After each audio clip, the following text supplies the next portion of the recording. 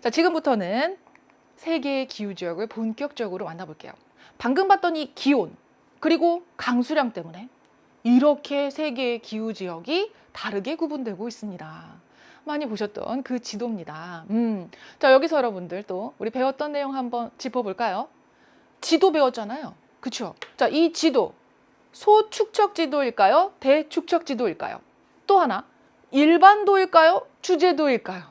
자, 배웠던 내용 여러분들이 또 얼마나 잘 기억하고 계시는지 한번 확인해 보도록 하겠습니다. 우리 친구들이 지금 과학 얘기를 엄청 열심히 하고 있네요.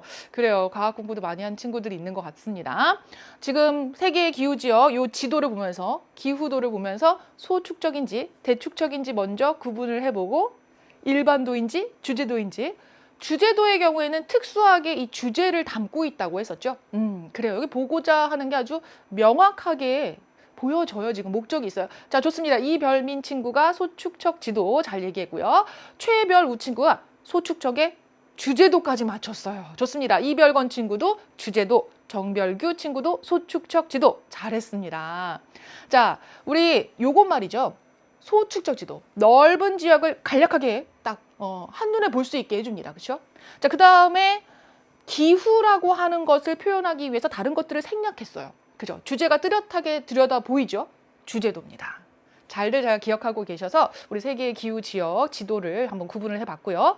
보시면 적도가 통과하는 지역을 중심으로 해서 열대 기후가 고온, 더운 이제 온도가 나타나는 그런 열대 기후가 쭉 보여지고 있습니다. 적도 통과하는 지역으로. 그리고 그 위쪽으로 올라가면 건조 기후가 나타나고 있어요.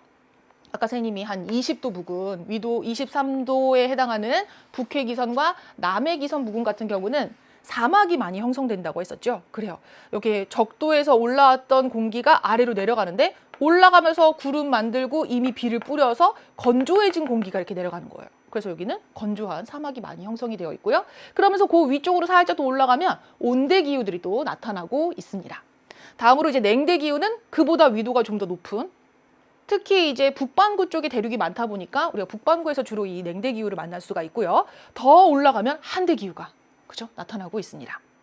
여러분들이 이제 스님이 이 교환을 올려두었으니까 그 교환으로 보시면 색 구분이 더 명확하게 잘 보일 수 있을 거예요. 이게 어떤 식으로 문제가 나올 거냐면 앞으로 계속 기후를 하나씩 배워나가겠죠. 그 다음에 이 지도를 보여줍니다. 그리고 여기를 가려요. 기역, 니은, 디귿 이런 식으로. 그런 다음에 니은에 해당하는 기후의 특징으로 알맞은 것을 고르세요. 이런 문제가 나오거든요. 이때 구분을 낼 수 있도록 이 지도를 좀 살펴봐 주시면 좋겠고, 보면 위도와 좀 평행하게, 위선과 평행하게 좀 나타나는 걸 볼 수 있습니다. 열온냉한, 열온냉한. 그러면서 대륙 안쪽과 그다음 위도 20도, 30, 위도 20에서 30도 부근에는 각각 건조 기후가 같이 보여지고 있어요.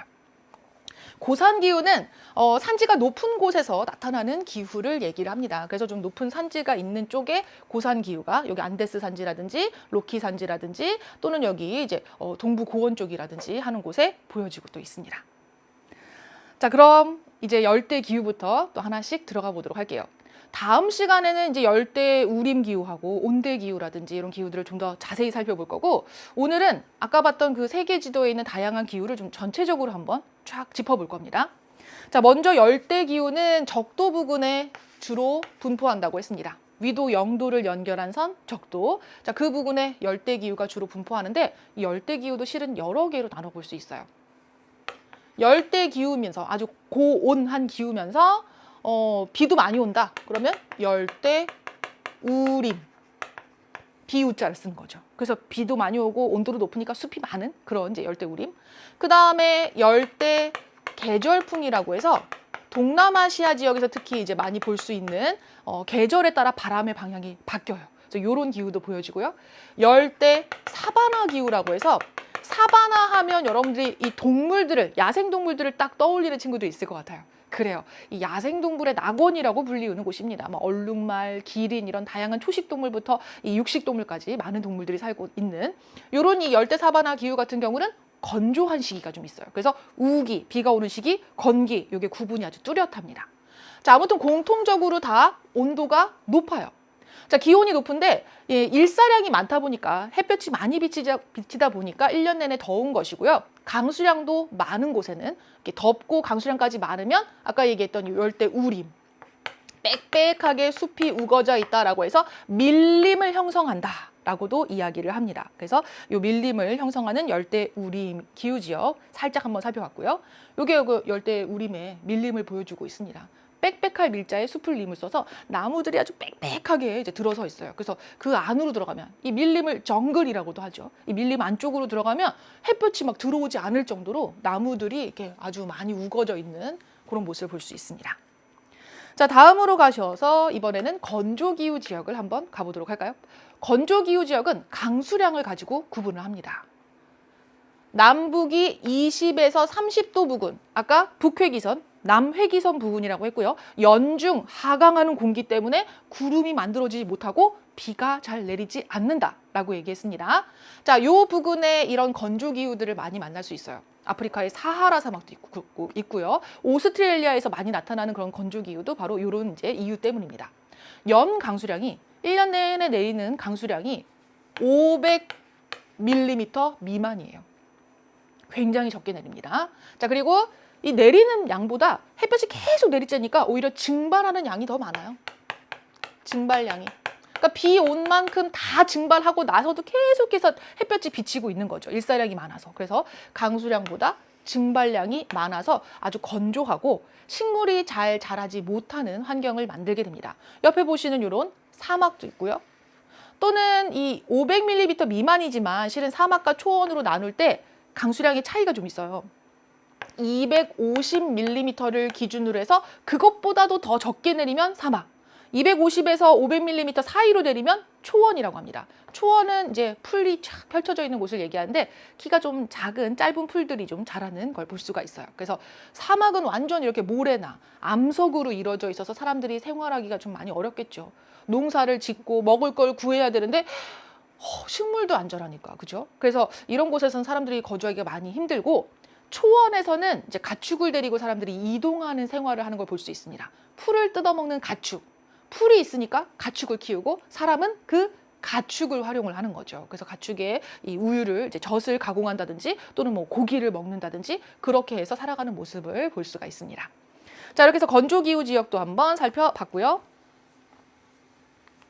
자, 다음은 온대기후와 냉대기후를 한번 살펴볼게요. 온대기후, 냉대기후는 둘 다 사람들이 살기에 뭐 괜찮은 그런 이제 좋은 조건을 가지고 있는 곳입니다. 그래서 비슷한 특징도 많이 보여주면서 온대기후보다는 위도가 조금 더 높은 곳, 거기에 이제 냉대기후가 있는 거죠. 자, 온대기후는요, 중위도 지방에 분포하고 있습니다. 자, 그리고 계절의 변화가 특히 뚜렷해요. 기온도 온화하고 강수량도 적당하고 그래서 농업 발달에도 유리하고 농업이 발달하니까 먹을거리가 풍부하고 그래서 사람들도 일찌감치 많이 모여 살았습니다. 그 많이 모여 살았던 사람들이 또 여러 가지 기술을 발전시켜서 상업과 공업도 활발하게 발달하고 있는 곳이 바로 온대기후 지역이에요. 여기서 또 우리 친구들이 얼마나 잘 기억하고 있는지 한번 확인해 보겠습니다. 계절의 변화 왜 나타났죠, 여러분? 계절이 왜 변화가 나타났을까? 특히 중위도 지역에서는 4계절의 변화가 이제 보여지면서 봄, 여름과 겨울의 구분은 아주 뚜렷했어요. 왜 계절의 변화가 나타났을까? 우리 친구들이 잘 알고 있는지 쌤이 또 확인을 해보면서 좀 기다려 보도록 하겠습니다. 계절의 변화는 요거 같은 경우 이제 뭐 중위도라는 위도도 중요하지만 태양 주변을 태양 주변을 자전이라고 얘기한 우리 친구들 있습니다. 자, 얼른 자전 아닙니다. 자전은 태양이 주변을 도는 게 아니라 지구 스스로 돈다. 스스로 자자를 쓰는 거예요. 자기 자신 할 때 자자예요. 그래서 스스로 24시간 도는 거, 이 자전은 시차 때문에 홍별현 친구, 강별영 친구가 공전을 얘기했어요. 근데 하나 더 추가해야 되는데 그냥 그대로 공전하면 계절의 변화 안 나타나요. 근데 기울어져 있잖아요. 그죠? 기울어진 채로 했으니까 이 여름과 겨울의 차이가 나타나는 거죠. 쌤을 지구라고 생각해보고 태양이 여기 있으면 여긴 따뜻하고 여긴 차가울 거 아니에요. 그렇죠? 지구가 23.5도 기울어서 공전하기 때문에 박별지 친구가 정확하게 잘 얘기했습니다. 공전도 잘했지만요. 기울어진 자전축도 꼭 써주셔야 됩니다. 자, 배웠던 내용들인데 아무래도 이제 많은 내용들을 이제 우리가 배우고 있기 때문에 조금 복습을 조별민 친구도 잘했고요. 김별경 친구도 이제 잘했습니다. 그렇습니다. 복습 조금 더 열심히 해봅시다, 우리 친구들. 아주 좋아요. 김별선, 정별준 친구. 자, 여기서 온대기후가 이제 우리 이제 중위도에서 나타난다는 것과 기온이 온화하고 강수량이 적당하다는 것 또 알아두시고, 이 온대기후도 실은 구분을 좀 할 수 있어요. 우리가 속해 있는 온대 계절풍 기후도 있고요. 계절풍은 말 그대로 계절마다 바람이 바뀌는 거, 방향이. 여름과 겨울. 이건 초등학교 때도 우리 배우는 내용입니다. 자, 그 다음에 온대 서안 해양성 기후라는 게 있어요. 걱정하지 마세요. 우리 이 시간 끝나고 나서 다 배웁니다. 4교시 있잖아요. 그죠? 자, 그 다음에 이제 온대 지중해성 기후라고 하는, 지중해 부근에서 나타나나 보죠. 그죠? 맞아요. 그렇습니다. 해양성은 바다의 영향 많이 받나 보죠? 그렇습니다. 그래서 이렇게 세 가지로 또 나눠서 온대 기후를 살펴볼 수 있습니다. 잘했습니다. 이별해 친구 한 번 더 반복하면서 열심히 들어주고 있어요. 자, 냉대 기후 한번 들어가 볼게요. 온대 기후보다 위도가 좀 더 올라가다 보니까 기온이 좀 더 서늘한 편입니다. 자, 온대 기후 지역보다 위도가 높은 지역에 분포하고요. 온대 기후와 비교해 봤을 때 연교차가 더 커요. 연교차 뭡니까? 1년 중에 가장 더운 달과 가장 추운 달의 기온차를 얘기하죠. 뭐 온대 계절풍의 영향을 받는 우리나라 또한 여름과 겨울의 기온차가 상당히 큽니다. 근데 뭐 전체적으로 온대 기후 다른 이제 지역들과 평균을 지어서 생각해 봤을 때는 냉대 기후가 이 연교차, 가장 더운 달, 가장 추운 달 그 차이가 커요. 그러니까 예를 들어서 이거예요. 가장 더운 달 8월이다. 8월의 기온이 30도씨였다. 여름 기온이 30도씨였다. 그런데 이제 1월이 가장 추운 달인데 1월의 평균 기온이 영하 10도씨다. 이랬을 때 요거 두 개의 차이가 연교차인 거죠. 40의 차이가 나는 거예요. 연교차가. 그쵸. 이렇게. 근데 연교차가 많이 안 나는 지역 같은 경우는 뭐 여름에는 한 20도씨 정도까지 올라가고, 그 다음에 겨울에는 뭐 0도씨 정도뿐이 안 돼요. 그럼 여기는 20도뿐이 안 나는 거죠. 얘보다는 얘가 연교차가 작다. 그래서 비교해서 이렇게 얘기를 많이 해주는 거죠. 자, 기온의 연교차가 크고요. 또 하나, 냉대 기후 지역 하면은 침엽수림이 참 많아요. 바늘처럼 잎이 뾰족한 나무들을 침엽수라고 하죠. 어떤 나무들이 있는지 아세요, 여러분들? 그래요. 바늘처럼 잎이 뾰족뾰족하게 생긴, 뭐 그리는 것 같아요, 우리 선생님이? 선생님도 모르겠어요. 소나무? 그래요. 자, 그 다음에 이렇게 생긴 나무들. 이거 크리스마스 추리 장식 아닌가요? 맞아요. 그렇죠. 이런 이제 장식으로 많이 만나는 이런 나무들. 이게 침엽수림입니다. 소나무 좋고요. 소나무 많이 나옵니다. 그렇죠. 우리나라에서 많이 볼 수 있는 소나무. 그 다음에 이제 전나무. 전나무도 이제 침엽수림이에요. 소나무, 뭐 전나무. 쌤도 뭐 잘 모르겠어요. 아무튼 잎이 뾰족하고 좀 녹색으로 이제 항상 상록이라고 하죠. 그죠. 항상 이제 녹색을 유지하고 있는 그런 나무들. 전나무, 소나무만 거의 나오고 있습니다. 우리가 나무 이름도 좀 더 외워야 될 것 같아요. 그죠?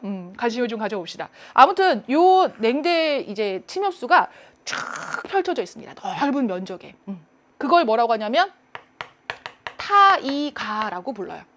특히 유라시아 대륙의 북부 쪽에 펼쳐져 있는 이 침엽수림지대를 타이가라고 한다는 거 기억해 둡시다. 타이가. 선인장 아닙니다. 이별대 친구 봤어요. 선인장 아니고요. 그래, 바늘처럼 잎이 뾰족하긴 하다. 근데 선인장은 건조기후 지역에서 많이 또 볼 수가 있겠죠. 자, 온대기후와 냉대기후 살펴봤고 이제 한대기후로 가보도록 할까요? 한대기후는 가장 추운 기후. 여기 보시면 이제 눈이 막 이렇게 얼어붙어 있는 모습이 보이고 있고 아래쪽으로는 그래도 조금 이제 푸르른 모습이 좀 보입니다. 한대기후도요. 실은 빙설기후라고 해서 1년 내내 얼음과 눈으로 덮여 있는 그런 기후가 있고요. 툰드라, 툰드라 나왔네요. 툰드라라고 해서 여름에 영상으로 기온이 올라가는 0도씨 이상으로 올라가는 기온이 있습니다. 근데 여름이라 할지라도 0도씨 위로 올라간다 할지라도 쭉 치고 올라가는 거 아니고 10도씨 미만이에요. 10도씨를 위로 올라가지는 못합니다. 이거 좀 기억하시면서. 그래서 지금은 이제 툰드라 기후 지역을 보여주고 있는 거죠. 극지방과 가까운 곳에 분포하고요. 연중 기온이 낮고 눈과 얼음으로 덮여 있거나 이끼류가 분포한다. 자, 이끼류가 분포하는 곳은 이런 데죠. 영상으로 올라가니까 이끼류가 자라는 거죠. 근데 이 이끼가 엄청나게 또 그들의 생활에 중요합니다. 이끼류가 있기 때문에 툰드라 기후 지역에서 사람들이 살 수 있는 거예요. 이끼류를 이제 순록을 유목하면서 이제 순록의 먹이로 이용을 하는 거고 또 생활에서도 다양하게 쓰고 있다고 합니다. 자, 아무튼 이제 이끼류가 분포하고 있는 한대기후, 빙설과 툰드라로 나눠볼 수도 있었습니다. 자, 이렇게 해서 여러 기후 지역을 살펴봤습니다. 간략하게 이제 보니까 적도를 중심으로 해서 열대기후, 그다음 온대기후, 냉대, 한대, 그다음에 이제 건조기후 지역들도 나타나고 있었구나. 요걸 알 수 있었고요. 중요한 거는 그래프를 좀 볼 줄 알면 좋습니다. 자, 실은 이제 자세하게 그 기후 지역 다시 볼 때도 이 기후 그래프가 나오긴 하는데요. 이 기후 그래프를 보고서 전체적으로도 이 기후를 구분할 수 있어야 돼서 오늘 먼저 한번 보도록 하겠습니다. 자, 기후 그래프에는 두 개가 표시가 되어 있는데요. 여기 이제 기온이 표시되어 있고 한쪽은 강수량이 표시가 되어 있어요.